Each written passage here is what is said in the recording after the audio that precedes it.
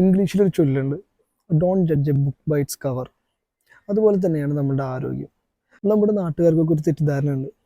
നമ്മൾ കുറച്ച് തടിച്ചിരിക്കുമ്പോൾ അതെന്തൊരു ഹെൽത്തി ആയിട്ടുള്ള പ്രതീകമായിട്ടും, അല്ലാന്നുണ്ടെങ്കിൽ കുറച്ച് മെലിഞ്ഞിരിക്കുമ്പോഴത്തേനും നമ്മളുടെ ആൾക്കാർക്ക് ഭയങ്കര കൺസേൺ ആണ്. നീ എന്തുകൊണ്ട് മെലിഞ്ഞിരിക്കുന്നത്, നിനക്കൊന്നും കഴിക്കുന്നില്ല, നിനക്ക് എന്തെങ്കിലും അസുഖം ഉണ്ടോ എന്നുള്ളതൊക്കെ. ഒരു തടിച്ചിരിക്കുന്ന ആൾ കറക്റ്റായിട്ട് പ്രോപ്പറായിട്ട് വർക്കൗട്ടും ഡയറ്റും ചെയ്യുകയാണെങ്കിൽ ദേ വിൽ ബി മെറ്റാബോളിക്കലി ഫിറ്റ്.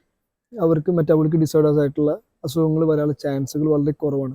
നേരെ മറിച്ചിട്ട് മെലിഞ്ഞിരിക്കുന്ന ആൾക്കാർക്ക് എപ്പോഴും ചിന്താഗതിയുണ്ട്, അവർക്ക് എന്ത് വേണമെങ്കിലും കഴിക്കാം, അവർക്ക് എക്സസൈസിൻ്റെ ആവശ്യമില്ല, അവർക്ക് എത്ര ഫുഡ് വേണമെങ്കിലും കഴിക്കാം, അവർക്ക് ഹാർട്ട് സംബന്ധമായിട്ടുള്ള അസുഖങ്ങളും ബാക്കിയുള്ള അസുഖങ്ങളൊക്കെ വരാനുള്ള ചാൻസസ് വളരെ കൂടുതലാണ്.